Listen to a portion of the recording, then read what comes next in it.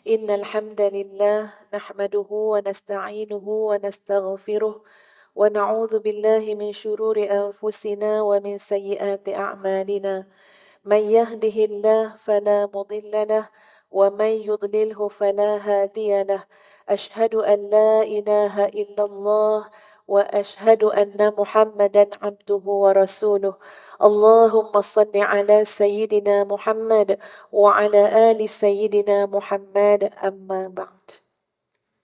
Apa khabar semua? Baik ya, Alhamdulillah. Syukur kita kepada Allah Subhanahu Wa Taala. Ya, kerana Allah Subhanahu Wa Taala sentiasa melimpahkan kebaikan dan rahmatnya kepada kita semua. Jadi insya-Allah sahabat-sahabat muslimin muslimat, kita pada pagi ini akan sama-sama meneliti hikmah yang ke-112. Kalau tengok pada buku ya, cetakan yang inilah ya, muka surat 135.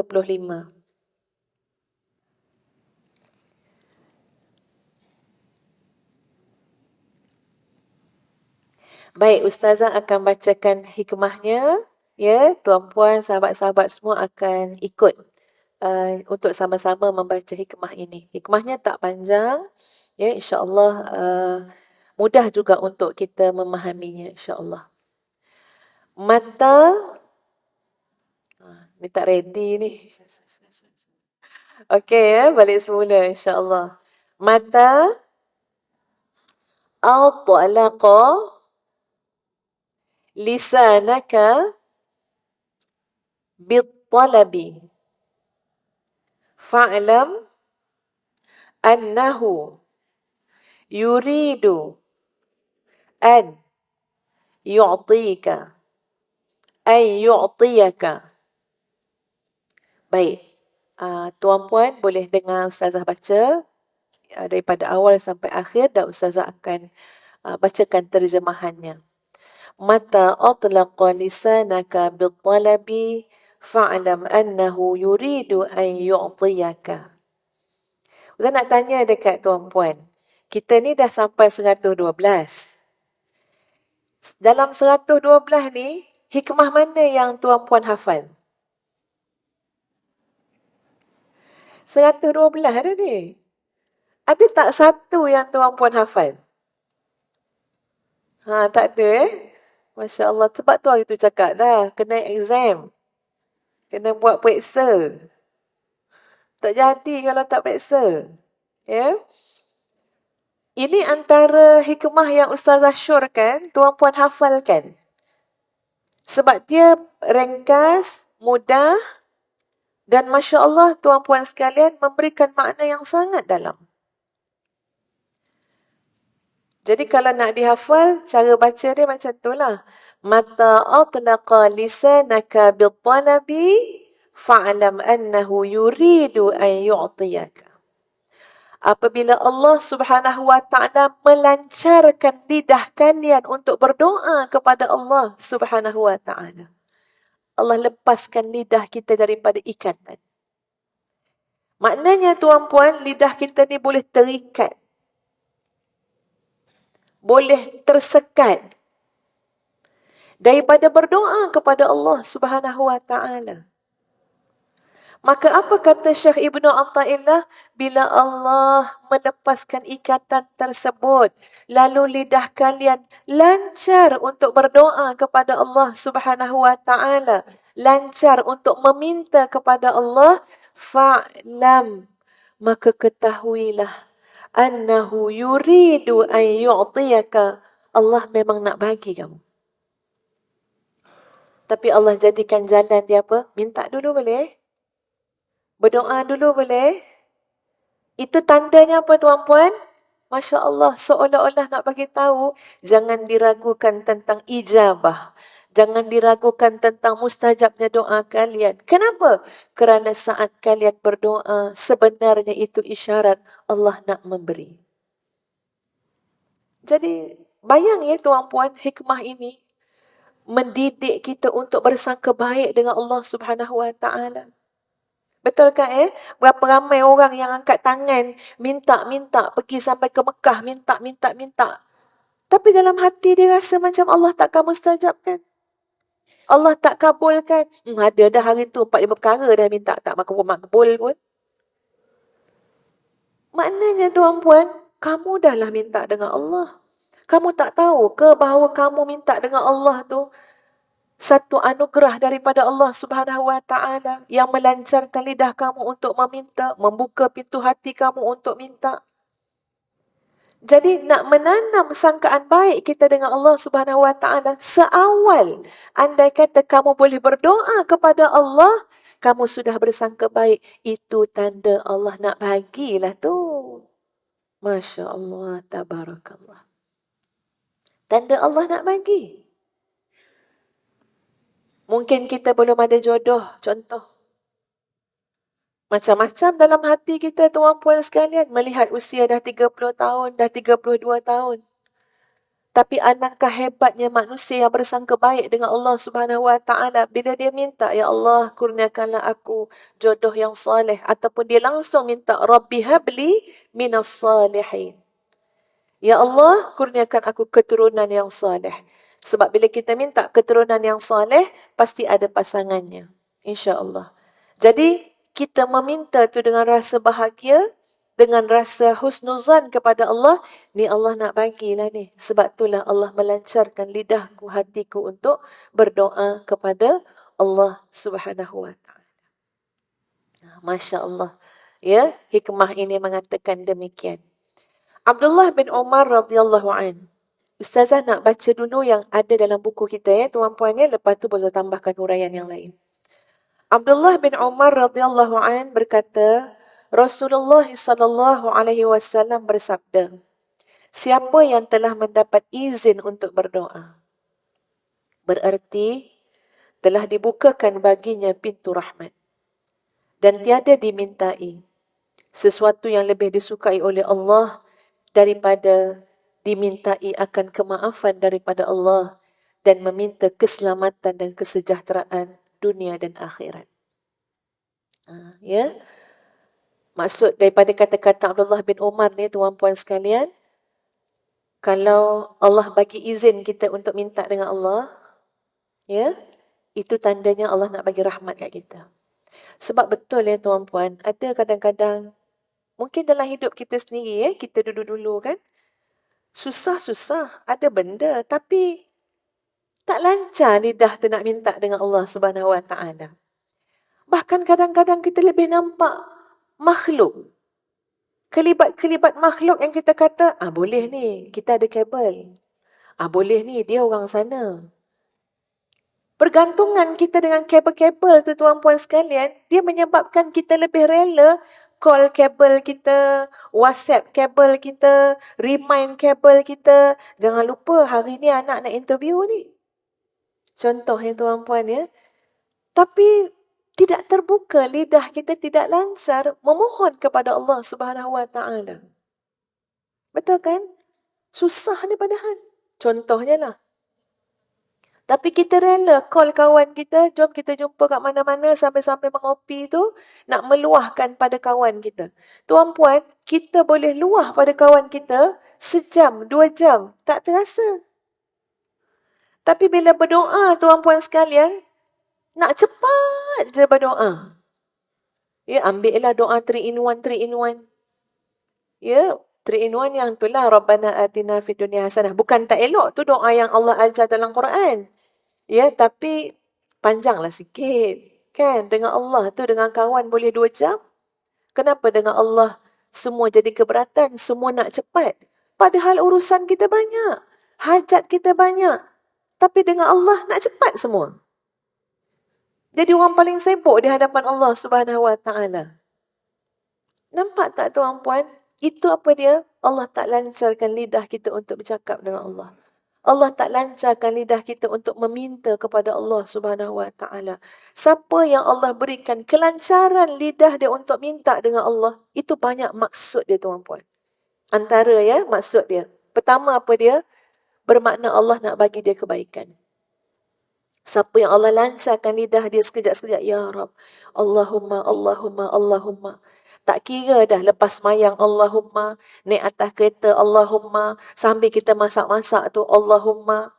Sentiasa dalam hati dia Rabbana, Rabbana, Rabbana. Kalau itu yang berlaku kepada kita tuan-puan, apa maksud dia? Allah pilih kita untuk jadi orang baik. Allah nakkan kebaikan untuk kita. Yang kedua, bila Allah Subhanahu Wa Taala melancarkan lidah kita untuk berdoa, meminta kepada Allah Subhanahu Wa Taala, tu maksud dia apa? Allah nak jadikan kita merasa cukup bergantung dengan Allah Subhanahu Wa Taala. Allah nak bagi kita rasa cukup dengan Allah. Saya tak tahulah tuan puan nak tulis macam mana kat nota tu. Tulislah. Tulislah besar-besar. Gunalah huruf besar. Tulis perkataan rasa cukup dengan Allah. Orang yang merasa cukup dengan Allah ni orang yang bahagia kerana jiwa dia bebas daripada ikatan-ikatan yang lain. Ini Ustazah sambil-sambil mencedah nak bagi formula kebahagiaan. Siapa nak bahagia angkat tangan? Okey, boleh lah ya. Yang tak angkat tangan pun saya tahu dia nak bahagia. Cuma dia tak terdengar soalan Ustazah ya. Dia terkejut lah soal. Merasa cukup dengan Allah Subhanahu Wa Taala ni formula kebahagiaan sebab dia membebaskan hati kita daripada yang lain. Ustazah buat satu analogi ya tuan-puan. Analogi ni Ustazah ambil daripada kisah sebenar. Ya, kisah sebenar. Adalah satu hari tu Ustazah nak pergi klinik. Kemudian tengok-tengoklah siapa yang boleh tolong bawa Ustazah. Kan? Sebab klinik tu parking susah. Dan memang sekarang ni sejak lepas PKP, Ustazah memang tak ada orang tolong pandu Jadi Ustazah akan tengok siapa yang boleh tolong. Hari ni tak ada orang boleh tolong. Ustazah bawa sendiri kereta. Biasa, itu memang Ustazah suka. Jadi tapi cuma masalah klinik ni parking tak ada. Susah parking. Jadi Ustazah kata tengok anak laki-laki Ustazah. Dia dah dapat anak pula. Sekarang tak senang hati dia kan menanti Ustazah kan. Ni kita entah 2 jam kat klinik tu. Jadi tak nak bagi orang rasa tak senang hati kan. Tak apalah, tak payah minta dia tolong hantar. Ada yang seorang lagi tu pula baru habis periksa kan. Nanti nak periksa lagi esok untuk ketah lain. Pun tak payahlah. Tengok Ustaz pula. Ustaz siap-siap nak pergi luar negara. Kalau dia menunggu Ustazah 2-3 jam, Ustazah pun rasa tu buang masa. Jadi naik Grab. Kan senang. Ya, kita ada apps Grab kan? Dah Ustazah uruskan dengan Grab. So naik Grab. Dekat situlah Ustazah belajar tuan-puan sekalian. Dan Ustazah pegang benda tu sampai hari ni. Hanya dengan peristiwa naik Grab. Ya, pagi tu. Ustazah naik Grab, yang bawa Ustazah orang Cina. Lelaki. Ya. Bila kita naik tu, Ustazah melihat usaha dia untuk menjadikan perjalanan tu selesa. Dia tanya, ma'am, aircon okey kat belakang? Dah, okey, semua okey. Memang nyaman naik kereta dia. Ya, aircon okey. Lepas tu, bila aircon dah okey, dia kata, okey ma'am, saya bukakan lagu Saya kata, lagu apa pula lah orang ni nak buka? Lepas tu dia buka tuan-puan, bukan lagu, dia buka bunyi air terjun. Macam spa. Ustazah ni mula fikir dia ni kenapa nak suruh aku tidur.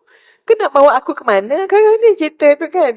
Kan ni kalau tertidur ni kan tak ke klinik jawabnya. Tapi dia buka. Lepas tu dia kata volume. Ustazah pun cakap okey perlahan sikit lagi. Tapi bayangkan dalam kereta tu tuan-puan, dah lah sejuk dia sedap-sedap. Kita duduk belakang. Lepas tu ada bunyi air terjun. Memang Ustazah nak lelap. Tapi sebab takut tertidur kan, kita seorang kan, takut tertidur, Ustazah berfikir, Allah bagi idea lah berfikir, yang tu Ustazah nak cerita apa yang Ustazah terfikir pada hari itu biiznillah. Ustazah kata, Masya Allah, Subhanallah. Pemandu Grab ni bawa kita tuan-puan, ia adalah satu yang sama kalau anak kita bawa kita. Atau kalau kita bawa mak kita. Mak kita nak pergi hospital, nak pergi klinik, Kita bawa sama je. Betul tak? Prosedur naik kereta macam mana? Buka pintu dulu. Pasang enjin. Itu jugalah minyak ke, clutch ke apa sama. Lepas tu jalan dia sama. Bukan kata bila kita hantar mak kita kena tawaf, klinik tu 7 kali pusing. Tak. Sama. Tapi Ustaz terfikir tuan-puan sekalian, kenapa urusan kita dengan pemandu Grab, bila kita bayar RM30, urusan beres. Selesai. Tak pernah terungkit-ungkit lagi kita dengan pemandu Grab tu. Ada tak jumpa pemandu Grab tulis dekat Facebook dia? Ingatlah semua orang yang pernah saya hantar. Betapa besarnya jasa saya. Kan tak pernah. Sebab apa? Dia orang takkan rasa berjasa lah tuan-puan. Tuan-puan dah bayar RM30. Dah bayar RM40. Satu, saya fikir. Yang kedua tuan-puan, dengan bayaran RM30 tu, bersusah payah dia nak bagi servis yang terbaik dan dia mengharapkan kita akan rate bagi penilaian pada dia. Dan Ustaz dah bagi dah Cina tu 5 star. Ya. Dia nak minta tuan-puan 5. Hanya dengan RM30, RM40. Saya fikir apa tuan-puan? Saya kata, Masya Allah, kenapa kalau aku tolong orang, tolong suami sendiri, tolong isteri sendiri, tolong mak ayah sendiri, tolong anak-anak sendiri, urusan kita tak beres. Lepas 5 tahun kita ungkit. Lepas 3 tahun kita ungkit. Suami banyak mana ungkit pada isteri. Isteri banyak mana ungkit pada suami. Kita banyak mana ungkit pada anak-anak. Kita tolong kawan kita, kita ungkit. Semua benda kita tolong orang, akhirnya menjadi kelukaan kepada diri kita bila kita rasa orang tidak hargai. Kita dah buat baik, tiba-tiba kebaikan yang kita buat jadi kesakitan kepada kita. Kenapa? Apakah kerana tak dibayar dengan RM30? Apakah kerana tak dibayar dengan RM50? Padahal tuan-puan, semuanya dibayar oleh Allah Subhanahu Wa Taala. Apakah besar lagi RM30 nak banding dengan bayaran yang Allah Subhanahu Wa Taala berikan kepada anak-anak yang memudahkan urusan mak bapak dia? Tuan-puan tengok macam mana anak-anak bawa mak ayah naik atas kereta.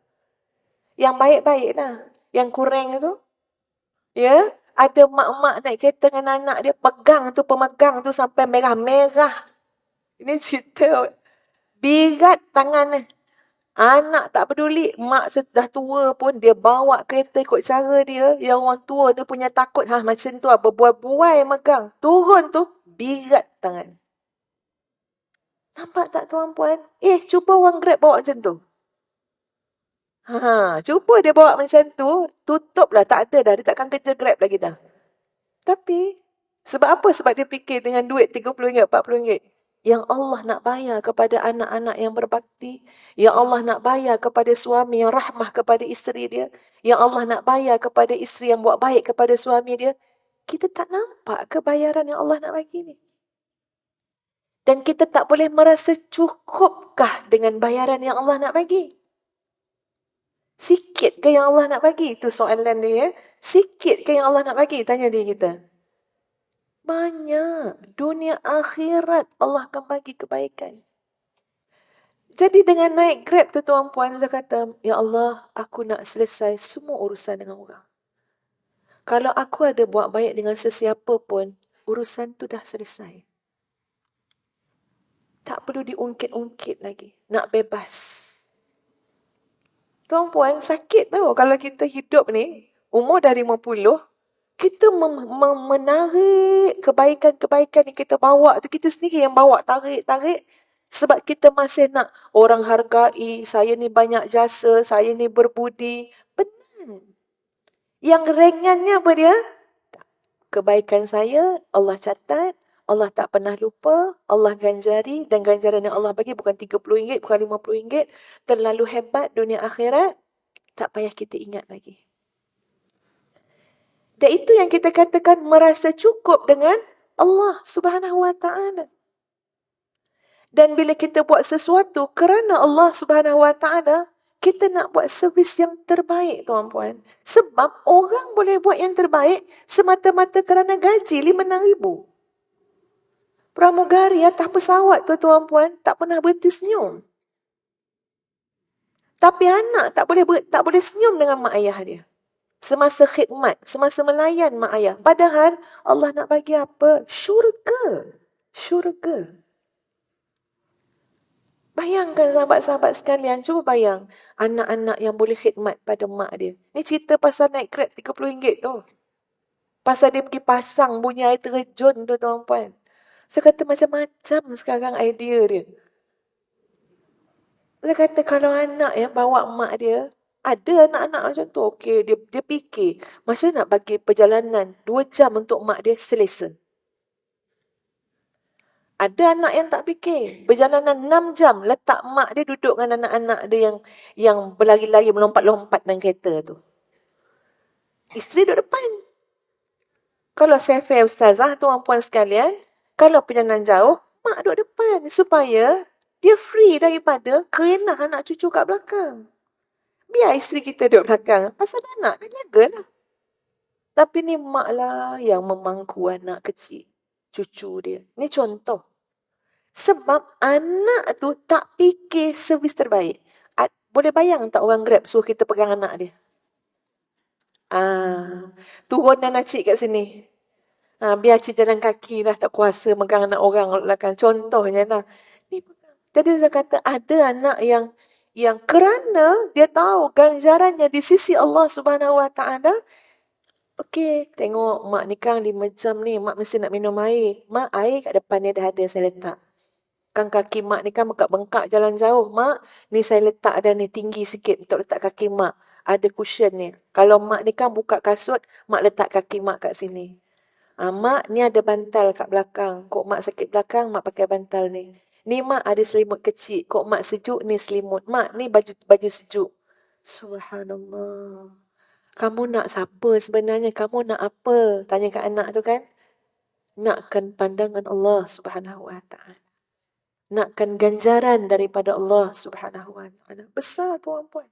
Soal orang yang merasa cukup dengan Allah ni, dia bebas. Dia tidak ada mengharap apa orang akan baik kat dia. Tak payah fikir. Sebab apa? Tidak sama dan tidak berbalik dengan apa yang Allah Subhanahu Wa Taala akan berikan kepada kita. Tapi dek kerana kita tak nampak. Ya, tak nampak ganjaran yang Allah bagi kepada kita, tidak merasa, benar-benar merasa cukup dengan Allah Subhanahu Wa Taala, maka hati kita terikat dengan banyak benda. Menyebabkan kita tercari-cari di mana kebahagiaan. Jadi sebab tu saya kata tadi, bila orang itu tuan-puan, Allah lancarkan lidahnya, ya, untuk meminta kepada Allah, memohon kepada Allah. Maknanya Allah buka rahmat kepada dia, Allah beri kebaikan kepada dia, dan Allah bagi dia merasa cukup dengan Allah Subhanahu Wa Taala.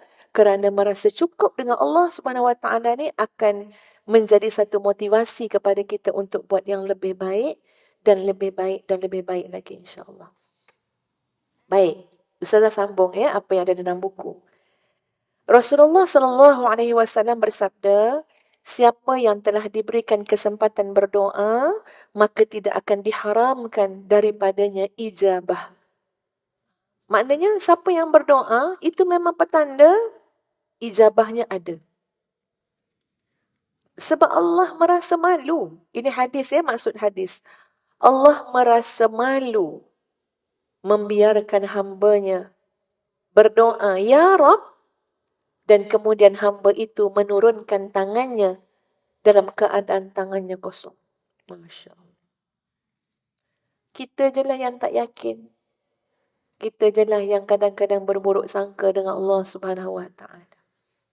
Padahal cara Allah mengijabahkan doa kita, menerima doa kita, pastilah dengan kebijaksanaan Allah Subhanahu Wa Taala.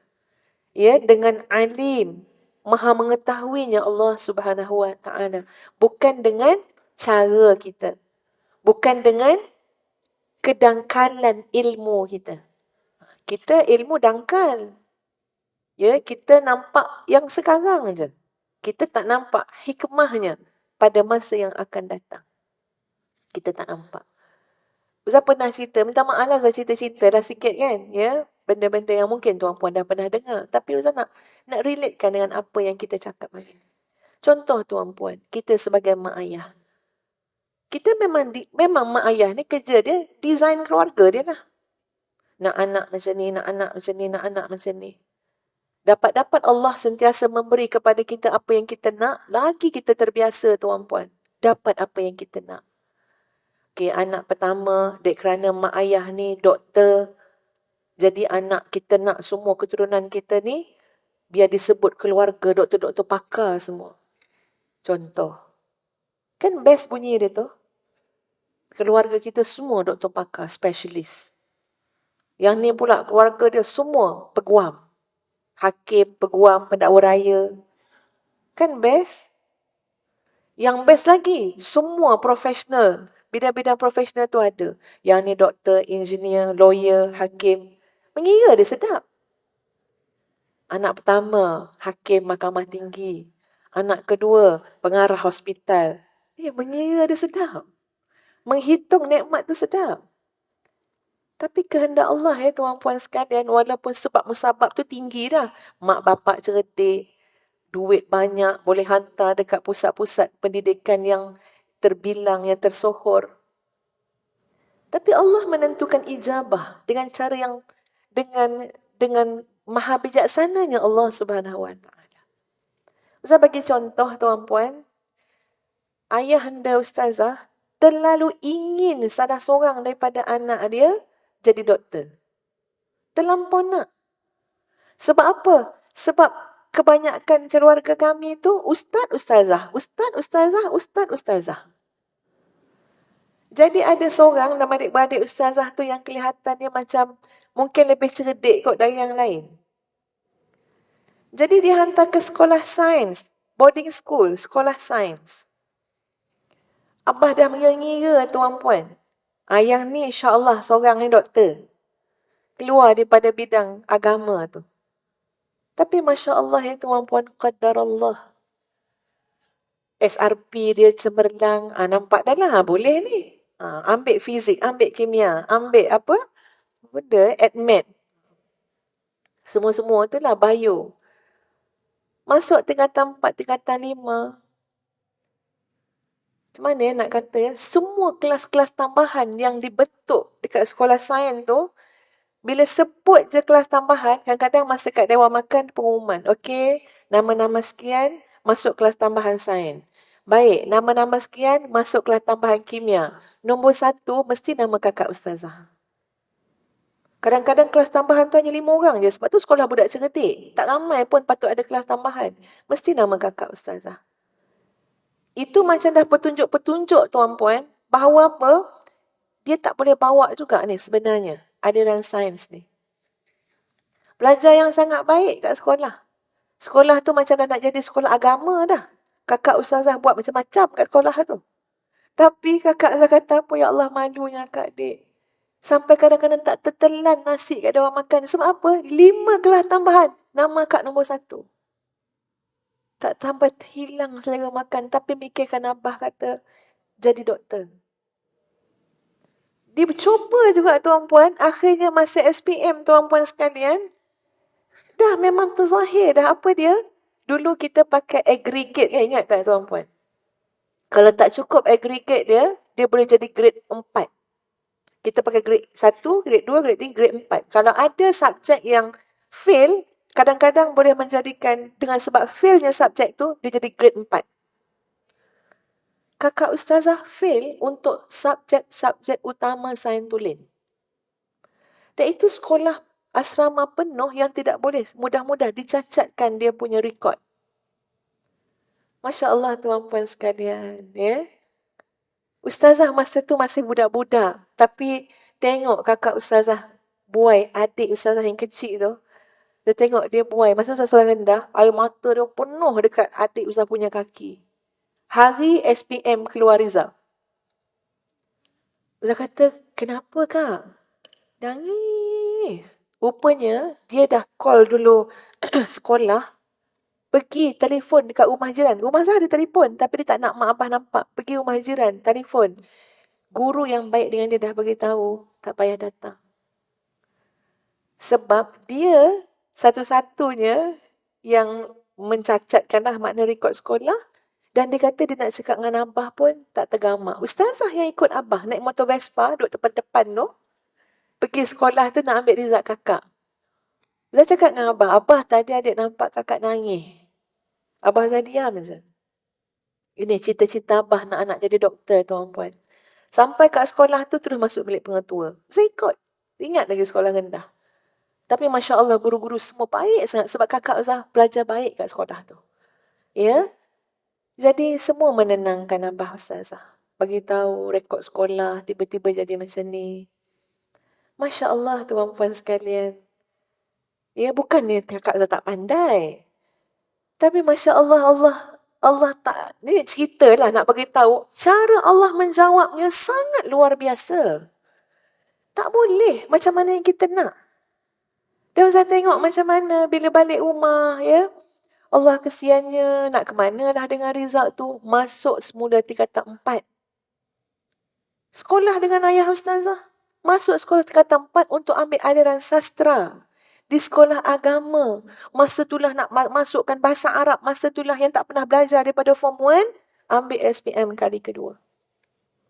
Dapat result cemerlang. Tip top. Sebab tak ada dah yang bernama kimia tu. Yang nama modmat apa, admat semua tu. Cemerlang. Oh, bila dah cemerlang Abah kata lawyer. Sebab aliran sastra cemerlang ni tuan-puan. Lawyer. UIA. Untuk lawyer. Tuan-puan. Bukan jatah takdirnya kat situ tuan-puan. Akak usah kata akak dah puas menghafal di undang-undang tu. Tapi tiap-tiap kali akak menghafal undang-undang tu, sebenarnya daripada form 1 akak nak sekolah agama. Akak kata nak buat apa, akak pergi hafal undang-undang ni, biar akak hafal Quran. Kata kakak Ustazah lah. Ya, sebab dia bukan takdir dekat situ tuan-puan. Kita tak boleh, dek. Dan tahun dia adalah tahun yang pertama kali Pusat Islam JAKIM, sekarang namanya JAKIM, buka untuk perempuan. Apa dia? Institut Ma'had, Institut Tahfiz Quran di bawah JAKIM. Itu tahun pertama dibuka kepada perempuan. Diam-diam kakak Ustazah minta. Dapat. Diam-diam dia berhenti daripada law, UIA. Dia pergi kat situ. Dah settle semua baru dia cakap dengan mak abah. Mak abah tak ada buat apa. Tapi akhirnya terbukti tuan-puan, memang kat situ takdir dia. Maka dia menjadi penghafaz Quran. Dia buka sekolah Quran. Alhamdulillah. Lebih daripada 1,000 orang dah. Anak-anak yang telah berjaya menghafaz Quran daripada ma'had dia. Jadi, Abah pun cakap, Abah nak terbaik sebenarnya untuk anak-anak. Kita fikir ini terbaik, ini terbaik, ini terbaik. Tapi di sisi Allah SWT, sayang-sayang kamu pada anak kamu. Aku ni Tuhan yang menciptakan dia. Ada takdir dia untuk dia, aku lebih tahu. Apa yang terbaik untuk dia. Jadi kalau tanya pada ayah atau mak Ustazah, setelah melalui perjalanan, itu tengah-tengah tu macam-macam yang tuan-puan, ya Allah, macam-macam jadi. Tapi akhirnya kata apa? Allah menjawab. Yang kita minta daripada Allah, segala yang terbaik, dah ini yang Allah tunjuk, ini terbaik untuk anak. Sekuat mana pun usaha kamu, keinginan kamu, kamu tidak dapat mematahkan kehendak Allah Subhanahu wa ta'ala. Jadi demikian kita berdoa tuan-puan. Berdoa memang berdoa. Tapi ingat, yang berlaku adalah kehendak Allah. Sebab itu tuan-puan sekalian, kalau kita tengok ya, contoh daripada kata-kata Sayyid Qutb rahimahullah berkata, doa ni ada adab, doa ni ada cara. Antaranya adalah mengikhlaskan hati kepada Allah Subhanahu wa ta'ala. Yang kedua, menaruh sepenuh kepercayaan bahawa Allah Subhanahu wa ta'ala akan memperkenankan doa tersebut. Yang ketiga, tidak keterlaluan dalam mencadangkan kepada Allah Subhanahu wa ta'ala akan sesuatu itu secara spesifik. Tengok, kata Sayyid Qutb. Jangan keterlaluan sangat bagi cadangan. Kan? Suruh macam ni, ini waktu dia, ini orang dia, ini cara dia. La ilaha illallah. Kita kan minta dengan Allah yang maha mengetahui. Walillahil mathalul a'la. Allah bukan bandingan dengan analogi yang Ustaz nak bawa ni. Setiap kali kita bawa analogi, itu hanyalah litaqribiz zihni, untuk mendekatkan pemahaman kita. Contoh ya tuan-puan, kita bercakap dengan orang bijak. Pengalaman dalam industri 40 tahun. Kita nak minta tolong dia. Kita mengajar-ngajar dia. Saya nak minta tolong ni Tan Sri. Tan Sri ni 40 tahun dah dalam bidang yang kita minta tolong ni. Ya. Jadi saya rasa Tan Sri kena buat macam ni, Tan Sri. Tan Sri pergi, Tan Sri cari. Agak-agak Tan Sri tu suka tak? Dah dia minta tolong, dia ajar ni kita. Aduh lah dia ni. Tan Sri kalau nak bagi saya kerja, saya rasa Tan Sri kena letakkan saya dekat jabatan sekian-sekian, sebab bidang saya bidang tu. Tan Sri jangan sekali-kali meletakkan saya kat jabatan. Tuan puan ingat Tan Sri tu suka? Ini analogi.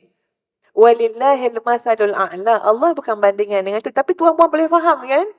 Apatah lagi kepada Allah Subhanahu Wa Ta'ala yang maha bijaksana. Ya Allah, kalau kau nak bagi jodoh ke aku, mestilah Fulan bin Fulan. Aku tak nak orang lain. Amboi kita. Kalau bukan dia, saya tak nak kahwin tahun ni. Lepas tu pula, ya Allah, kahwin tahun ni juga. Mesti tahun ni. Bulan Syaban. Kalau macam Tuhan hantar nak buat dah sendiri. Nampak tak tuan-puan? Ini minta ke, mencadang ke, apa benda ke? Jadi daripada nilai adab kita dalam meminta kepada Allah Subhanahu Wa Ta'ala, serah yang terbaik kepada Allah. Serah yang terbaik kepada Allah. Tapi keyakinan kita terhadap yang terbaik tu, itu masih tanda soal. Contoh kan, kita nak pergi umrah. Ada tu, ni contoh ni cerita sebenar juga. Ya, Ustazah, tolong doakan saya macam ni, Ustazah. Saya nak macam ni, saya nak macam ni, saya nak macam ni, saya nak macam ni. Ustazah pun bukan boleh ingat apa yang dia nak. Dah kata macam ni lah kak. Ustazah doakan yang terbaik, yang terbaik. Dia menung, pandang Ustazah. Yelah, yang terbaik juga. Tapi macam yang saya cakap tadilah. Nampak tak? Kita tak boleh nak puas tu bila mengatakan yang terbaik. Betul yang terbaik, tapi macam tadi tu lah. Jadi yang terbaik kat siapa? Apakah kita tidak merasa cukup? Allah maha mengetahui segala yang terbaik. Nak juga cita rasa kita, keinginan kita. Mungkin kerana kita tak cukup kuat tuan-puan meyakini, menghayati bahawa Allah Subhanahu Wa Ta'ala itu maha besar, maha berkuasa, maha bijaksana, maha pengasih, maha adil. Allah mengharamkan daripada sifat zalim. Maknanya Allah tidak pernah menzalimi hamba-hambanya. Tak yakin lagi ke kita? Kenapa kita masih rasa yang kita design yang terbaik? Kan? Tuan-puan, kalau kita tahu banyak kita ambil tahu tentang alam. Kan Allah suruh tafakur kan? Tafakur. Contoh tuan-puan, bila Ustaz dengar sahabat Ustaz bagi tahu dalam usrah kami, dia bagi tahu. Dia kata pasir-pasir yang ada dekat bumi ni kan? Tuan-puan dapat kira tak pasir kat rumah tu?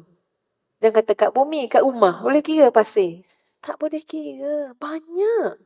Tapi maha suci Allah, maha hebatnya Allah, bintang dekat langit tu lebih banyak daripada pasir di bumi. Masya Allah. Subhanallah. Bintang yang besar. Bintang yang bersinar-sinar. Yang tak dapat dikira. Yang terlalu banyak. Yang datang dan pergi. Maksud dia, betapa luasnya langit Allah Subhanahu Wa Ta'ala. Jadi bila kita baca ayat walillahi mulkus samawati wal ardh, bagi Allah lah segala pemilikan yang ada di langit dan yang ada di bumi. Ya Allah, kuasa Allah maha besar, maha hebat. Macam mana kita nak kena ada rasa tu tuan-puan? Di tengah-tengah tu kita meminta urusan kita yang sangat kecil urusan kita nak dibandingkan dengan bintang-bintang yang banyak bertaburan kat langit yang sangat luas. Apa sangatlah urusan kita yang kecil. Cuma yang patut kita besarkan apa dia? Keyakinan kita kepada Allah Subhanahu Wa Ta'ala. Kau lebih tahu ya Allah, kau takdirkanlah yang terbaik untuk aku. Sampai kita puas hati bercakap yang terbaik untuk diriku, keluargaku, masyarakatku. Serah pada Allah. Itu kata Syed Qutb rahimahullah, antara adabnya adalah tidak keterlaluan dalam mencadangkan. Ya Allah, bagilah saya, ya Allah, anak perempuan 2, anak lelaki 3. Boleh tu boleh. Boleh, bukan kata tak boleh. Suka hati nak minta apa kan, dah boleh minta. Tapi cantik ke macam tu? Kita tahu ke mana yang elok, mana yang tak elok? Tak tahu. Ya Allah, Rabbi habli minas salihin. Kurniakanlah keturunan, kurniakanlah kepadaku keturunan yang saleh. Baik lelaki, baik perempuan. Kau yang maha tahu. Di tengah-tengah, ibu kepada Sayyidah Maryam, iaitu isteri Imran, nakkan seorang anak, tuan-puan sekalian, yang sudah dinazarkan untuk anak itu berkhidmat di Baitul Maqdis, yang lahir perempuan. Yang lahir perempuan, Maryam alaihissalam. Yang kalau kita fikir, elok-elok dah bernazar ni, supaya anak ini akan memberikan khidmat kepada Baitul Maqdis, jadi seorang abid, tak perempuan, tuan-puan, lelaki. Itu maksud nampak dah. Sebenarnya keinginan bonda Sayyidah Maryam apa dia? Anak lelaki. Sebab itu disebut dalam Quran. Semacam ada kepelikan juga. Ya, bila melihat, oh anak ini perempuan, samai Tuhan Maryam. Namanya Maryam. Habis itu macam mana ni dengan nazar nak letak kat Baitul Maqdis, nak jadikan dia ahli ibadah, nak khidmat kepada Baitul Maqdis macam mana? Diteruskan walaupun seorang perempuan. Dan Masya Allah, tuan-puan sekalian, ini bukan perempuan sebarang. Ini perempuan yang akan menjadi ibu kepada seorang Nabi dan Rasul. Perempuan yang ada ketahanan jiwa, yang mungkin laki-laki pun belum tentu boleh sekuat dia untuk menanggung ujian yang begitu hebat. Ujian yang sampai Sayyidah Maryam berkata, Ya laitani mitu qabla hadha. Elok aku mati je sebelum ni, ya Allah, dan aku dilupakan. Nak bagi tahu, terlalu kuat kesan ujian tu sampai berharap mati. Tapi boleh ditanggung biiznillah oleh Sayyidah Maryam, anak perempuan yang sebenarnya kalau kita tengok, isteri Maryam menginginkan anak lelaki. Tapi Allah lebih tahu, tuan-puan, apa yang terbaik. Lelaki pun kamu dapat daripada keturunannya ada seorang Nabi, seorang Rasul. Tapi terima dulu buah tangan Allah, anak perempuan. Kita kadang-kadang payah nak bersangka macam tu, tuan-puan. Berapa anak kat 5? Perempuan semua. Cara bercakap ke pun, apa masalah akak ni? Bukankah kalau dikahwin dengan lelaki? Dapat juga anak lelaki. Betul tak, tuan-puan? Nanti entahkan daripada keturunan dia dapat anak lelaki. Ada dah nanti jalur tu. Tapi kita nak bersangka baik dengan Allah Subhanahu Wa Taala tu kadang-kadang banyak je. Dia tak lancar ya, tuan-puan. Ada je nak nunjuk pandai kita. Sedangkan Allah Subhanahu Wa Taala Maha bijaksana. Baik, kata Syed Qutb, jangan melampau-lampau sangat bagi cadangan, ya. Kerana cadangan-cadangan tu kadang-kadang bercanggah dengan adab berdoa kepada Allah Subhanahu Wa Taala. Dan adab berdoa juga adalah beriktikad bahawa keinginan bertawajuh dan berdoa kepada Allah Subhanahu Wa Taala itu merupakan taufik daripada Allah. Sebenarnya kita berdoa tu, itu pilihan Allah untuk kita. Itu Allah bagi hidayah kat kita. Taufik. Bila kita rasa, nak solat hajat lah, nak berdoa lah. Masya Allah. Allah sayang kat kita. Allah nak kita jumpa dengan Allah. Allah nak kita merayu dengan Allah. Sebab tak ramai, bukan semua orang yang dalam senang dan susah nak kembali kepada Allah. Dan berhati-hati kepada orang yang senang. Senang semua. Semua dapat. Jangan sampai kesenangan itu melupakan kita daripada ibadah yang namanya mukhul ibadah, penghulu segala ibadah, iaitu berdoa. Sebab itu tadi tuan-puan, tengok dalam buku tuan-puan, permintaan yang Allah paling suka ni 2. Allah sukalah permintaan semua. Tapi yang paling Allah suka, kata Abdullah bin Umar, 2. Apa dia? Permintaannya, minta ampun. Minta ampun ni untuk semua orang. Bukan kata orang susah. Orang senang, lagi kena banyak minta ampun pada Allah. Takut kita kurang bersyukur, takut kita kurang mengeluarkan hak-hak yang sepatutnya. Dan Allah paling suka tuan-puan, apa permintaan kita? Minta ampun. Dan yang kedua, untuk memohon kesejahteraan dunia dan akhirat. Jadi ini merupakan dua permohonan yang akan dipohon baik orang kaya, baik orang miskin, baik orang sakit, baik orang senang, baik orang sihat. Ya, Allahumma inni as'alukal mu'afa fid dunya wal akhirah. Ini sebaik-baik permintaan. Allahumma inni as'alukal mu'afa fid dunya wal akhirah. Ya Allah, aku mohon keafiatan, kesejahteraan di dunia dan di akhirat. Allahumma inni as'alukal mu'afa fid dunya wal akhirah. Sebaik-baik doa. Memohon kesejahteraan di dunia dan juga di akhirat. Jadi sahabat-sahabat sekalian, bila kita berdoa kepada Allah, maknanya Allah bagi kita taufik dan hidayah. Sementara penerimaan doa pula adalah limpah kurnia daripada Allah Subhanahu Wa Taala. Ya, Ustazah nak apa ya tuan-puan? Okey, sikit lagi ya. Ada kata-kata daripada Abu Laith As-Samarqandi rahimahullah yang meriwayatkan ya bahawa Abu Hurairah dengan sanadnya daripada Abu Hurairah radhiyallahu an bahawa beliau berkata, man ruziqa khamsan, siapa yang direzekikan 5 perkara, lam yuhramu khamsan, bermakna Allah tidak akan mengharamkan padanya 5 perkara. Siapa yang Allah bagi 5 perkara, bermakna Allah tidak akan haramkan padanya 5 perkara. Maksudnya dia akan dapat berapa? 10. Itu sifir dia lah. Siapa yang Allah bagi 5, mana Allah tak haramkan 5. Jadi berapa dia dapat? 10. Apa yang dia akan dapat? Pertama, man ruziqa syukra lam yuhram az-ziyadah. Siapa yang Allah rezekikan kepadanya boleh bersyukur, pandai bersyukur, pandai berterima kasih. Ya, pandai cakap alhamdulillah, pandai rasa, sentiasa nampak ini nikmat daripada Allah. Maka sefirnya, siapa yang Allah kurniakan syukur, lam yuhram az-ziyadah, bermakna Allah tidak akan menghalang az-ziyadah, penambahan nikmat, penambahan nikmat, penambahan nikmat kepadanya. Terbaliknya apa dia? Kalau orang itu tak pandai bersyukur, itu maknanya tak ada penambahan apa dah. Allah tak nak tambah apa pun kat dia. Barakah tak ada.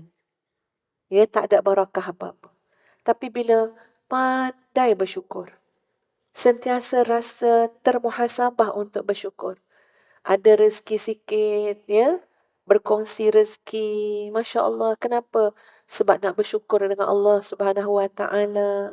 Manis muka dia, baik adab dia. Kenapa? Ya, bersyukur dengan Allah Subhanahu Wa Taala. Allah bagi saya banyak nikmat. Kurang dia mengeluh. Kenapa? Sebab saya takut nanti saya tak dilihat bersyukur kepada Allah. Itu tanda dia apa? Memang Allah nak limpahkan kepada dia kebaikan demi kebaikan demi kebaikan. Dapat 2 kan? Wa man ruziqa sabra lam yuhram ath-thawab. Barang siapa yang Allah kurniakan kesabaran. Tak semua orang boleh sabar tuan-puan. Oh ya Allah. Tapi ada orang boleh sabar. Kita pun nak heran, ya Allah sabarnya manusia. Kita cakap kan, ya Allah sabarnya dia. Heran kita. Allah bagi ujian sakit, dia sabar. Ujian kesusahan, dia sabar. Ya Allah. Ada tuan-puan keliling kelalang kita ya. Sabarnya ya Allah. Sebenarnya Allah bukan nak bagi dia sabar semata. Allah nak bagi dia as-sawab. Ganjaran. Dan ganjaran yang Allah nak berikan kepadanya adalah innama yuwaffas sabiruna ajrahum bighairi hisab.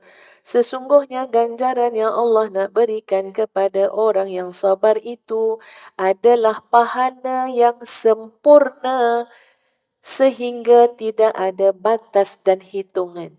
Masya Allah. Allah nak sempurnakan pahalanya sampai tidak ada batas dan hitungan. Cuba tuan-puan bayang. Macam mana pahala tanpa batas dan hitungan? Masya Allah. Tak ada batas. Ibarat kata kalau hari ni tanya, ada lagi tak pahala? Ada. Tak habis lagi. Tanya pula bulan depan, ada lagi? Ada. Tak habis lagi. Saya dah ambil belaka dah. Tanya pula tahun depan, ada? Ada, banyak lagi. Tak ada habis. Tak ada batas. Tak ada hitungan. Andai kata nak gambarkanlah pahala tu macam nilai yang boleh kita nampak. Ya Allah, saya ambil dah 2 bilion. Ada lagi baki? Ada. Hari tu ambil dah 50 bilion. Ada lagi baki? Ada. Baru nampak kan cakap macam tu. Kau nak cakap pahala-pahala kan tak nampak sangat. Nampak tak tuan-puan? Betapa kayanya orang yang sabar. Sebab Allah nak bagi kepada dia athawab yang tak ada batas dan tak ada hitungan. Sempurna. Allah bagi ganjaran. Masya Allah. Lalu siapa yang Allah kurniakan dia kesabaran, makna di sebalik itu, kamu akan dapat ganjaran tanpa batas. Tak dapat hitung. Allah bagi. Baki sentiasa banyak, sentiasa ada. Masya Allah. وَمَنْ رُزِقَ التَّوْبَةِ لَمْ يُحْرَمِ الْقَبُولِ. Barang siapa yang Allah rezekikan taubat, rasa nak bertaubat lah, dah masuk Ramadan dah ni. Lalu dia pun disibukkan tuan-puan dengan apa? Ya Allah, sentiasa bertaubat kepada Allah, menghidupkan malam dia. Rasa macam ternampak-nampak dosa yang banyak di hadapan kita. Orang-orang yang Allah bukakan pintu hati dia untuk melihat kesalahan dia sendiri. Lalu memperbanyakkan taubat kepada Allah. Maknanya apa dia? Lam yuhramil qabul. Bermaknanya Allah tidak akan mengharamkan penerimaan taubat tu untuk dia. Maksud dia apa? Memang Allah nak terima hamba ni. Lalu Allah jadikan dia datang kepada Allah dengan jalan taubatan nasuha.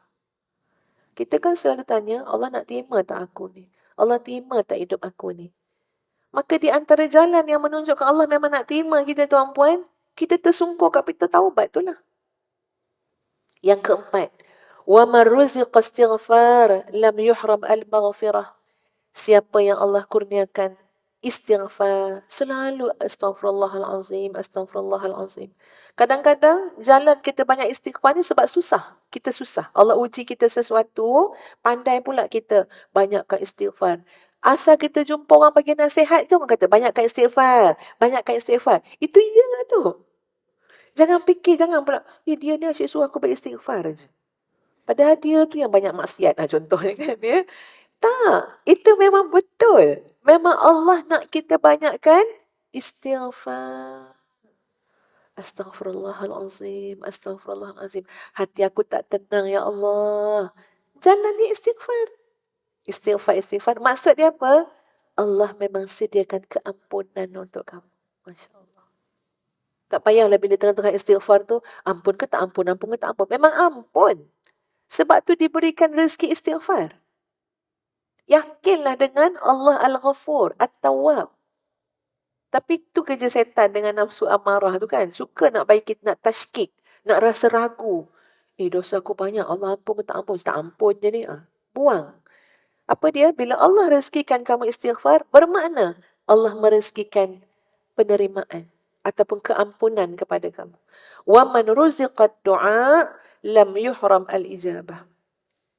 Dan barang siapa yang dikurniakan taufik untuk berdoa kepada Allah, bermakna Allah nak memberi kepada dia. Itu yang kita kaitkan dengan hikmah pada hari ini.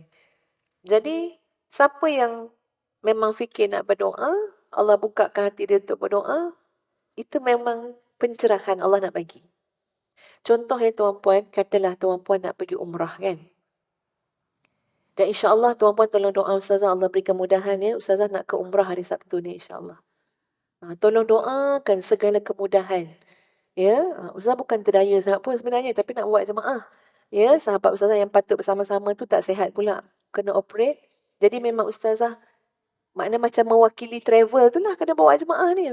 Ustazah fikir ya Allah, Ustazah ni bukan sihat sangat, tapi tak apa, kita berserah pada Allah. Minta tolong doa supaya segala urusan dimudahkan oleh Allah SWT. Macam kita nak pergi umrah tuan-puan, apa yang kita nampak? ataupun Ramadan kat depan ni, apa kita nampak? Antara lain, hati kita kadang-kadang fikir apa dia? Nak pergi umrah ni aku nak berdoa banyak-banyak. Betul tak? Aku nak doa banyak-banyak. Itu yang Ustaz rasa sekarang. Ataupun dah nak Ramadan ni, ya Allah, bulan doa. Semua benda aku nak himpunkan doa-doa. Macam Tuan Puan pergi haji. Berapa banyak doa yang Tuan Puan bawa masa wukuf ke Arafah tu Tuan Puan. Bukan dia doa dalam kepala. Buku-buku tu, asal orang bagi buku je buat. Asal orang bagi seplastik Ustaz buat buku. Masa wukuf Arafah. Satu pun tak buka sudahnya. Ya? Sebab apa? Pandai. Masa tu Tuan Puan tak ada nak mana buku. Terik matahari. Tapi nak bagi tahu niat nak pergi berdoa tu sampai apa je buku orang tunjuk. Satu plastik buat buku. Dekat Padang Arafah. Itu tak masuk doa dalam kepala kita lagi. Dalam hati kita lagi. Maknanya apa? Allah memang nak bagi. Ya Allah, senang hati kita. Kita belum doa lagi. Baru-baru cadang nak doa ni. Pergi umrah ni. Ustaz nak doa, ya Allah bagilah aku sihat, ya Allah. Maknanya apa? Allah nak bagi sihat tu. Ya Allah bagilah aku bahagia, ya Allah. Maknanya apa? Allah nak bagi bahagia lah tu. Sebab yang memberi taufik untuk kita berdoa tu adalah Allah Subhanahu. Apa Tuan Puan bayangkan Ramadan ni? Ya Allah, Ramadan aku nak doa dapat anak yang saleh. Ya Allah, Ramadan ni aku nak istighfar pada Allah. Ya Allah, Ramadan ni aku nak taubat. Maknanya apa? Itulah yang Allah nak bagi kepada kita Ramadan kita. Jadi hati tu senang dengan Allah Subhanahu Wa Taala. Kebahagiaan kita tu cepat datang Tuan Puan. Kenapa? Sangkaan baik kita kepada Allah Subhanahu Wa Taala. Yang menjauhkan kita daripada kebahagiaan, sangkaan buruk kita kepada Allah Subhanahu Wa Taala. Jadi, ya, ada yang keenam, ditambah pula dalam satu riwayat lain yang disebut keenam, wa man ruziqal infaq lam yuhramil khalaf. Siapa yang Allah rezekikan kepadanya infak, makna sedekah, sentiasa berkeinginan dan berkelapangan untuk sedekah. Orang lain kadang-kadang tabung tu lalu depan dia. Tapi kan, yang senyum-senyum, yang duit sentiasa tak bawa. Sentiasa tersalah beg. Beg banyak sangat. Lama-lama pers tak ada tau dalam beg tu. Tersalah beg. Ada je. Apa masalah kita? Yang kawan sebelah ni, luncur. Bahkan kalau tak lalu tabung pun, dia cari, ada idea dia cari. Yang kita memanjang tak nampak, tak prepare. Duit besar. Konon kan, asyik duit besar je. Sebenarnya Allah tak pilih kita untuk infak. Okey? Allah tak pilih. Keinginan terhadap dunia terlalu banyak, terlalu besar. Sebab tu apa dia? Rasa tak cukup. Tak boleh nak infak ni. Aku nak beli yang ni pula. Nak beli yang ni, nak beli yang ni. Itu tandanya apa? Allah tak pilih daripada harta kita untuk infak. Sebab itu, keinginan kat dalam ni tak pernah ada rasa cukup. Kalau keinginan ni tak berhenti, Tuan Puan, 1 bilion pun tak cukup. Tapi kalau kat dalam ni boleh berkata enough, boleh qana'ah, kita lihat ramai orang sederhana hidup, tapi kaki sedekah, kaki infak. Saya pernah cerita kan, tahfiz ustazah tu dimulai oleh seorang makcik yang infak daripada harta suami dia, jumlah dia RM600,000. Menggigil kami nak terima, takut. Dia kata ini untuk suami saya kembalikan semula kepada suami saya. Saya tak nak guna untuk kepentingan saya. Masya Allah. Dan barakah ya Tuan Puan, insya Allah. Dah 7-8 tahun dah. Dah berapa ratus orang dah keluar daripada tahfiz ustazah. Duit mula-mula tanah tu, seorang makcik yang memilih hidup sederhana dan tidak takut menyumbang RM600,000. Masya Allah, tabarakallah. Orang ada berjuta pun belum tentu Tuan Puan nak letak RM600,000 macam tu. Sebab dia kata ni bukan duit dia, ni duit suami dia. Memang suami dia tinggalkan kat dia. Tapi nak kembalikan balik kepada suami dia yang bersusah payah kan cari duit tu. Nikmati duit tersebut. Saya dah wakafkan. Sefirnya apa dia Tuan Puan? Siapa yang direzekikan infak, bermakna Allah nak merezekikan kepada dia segala pulangan berlipat kali ganda, khalaf. Makna Allah nak ganti banyak lagi, lebih lagi, lebih lagi, lebih lagi. Orang bisnes, orang saham, cuba tanya, ni kan yang kita belajar, yang kita faham. Apa dia? Mestilah kalau kita berniaga, kita nak untung. Untung kita nak berlipat kali ganda. Inilah dia perniagaan dengan Allah Subhanahu Wa Taala. Tapi tidak semua orang Allah pilih untuk berniaga dengan Allah. Tak semua. Lalu siapa yang Allah pilih untuk berniaga dengan Allah? Wa may yuqridullaha qardan hasana, dalam Quran sebut, siapa yang nak pinjamkan kepada Allah dengan pinjaman yang baik. Maksud pinjamkan kepada Allah tu, dia infak, dia sedekah. Maka Allah akan menggantikan kepadanya berlipat-lipat kali ganda. Ini sifat orang kaya. Ini sifat orang bisnes. Ini sifat orang nak untung. Mesti sedekah. Mesti infak. Jadi kita tengoklah yang 6 tadi. Syukur, sabar, doa, taubat, istighfar, infak. Ada tak kat kita? Kalau ada 6, bermakna Allah nak bagi 12. Okey, itu sifat dia tuan-puan sekalian. Kita berhenti dulu setakat ini. Sama-sama kita beristighfar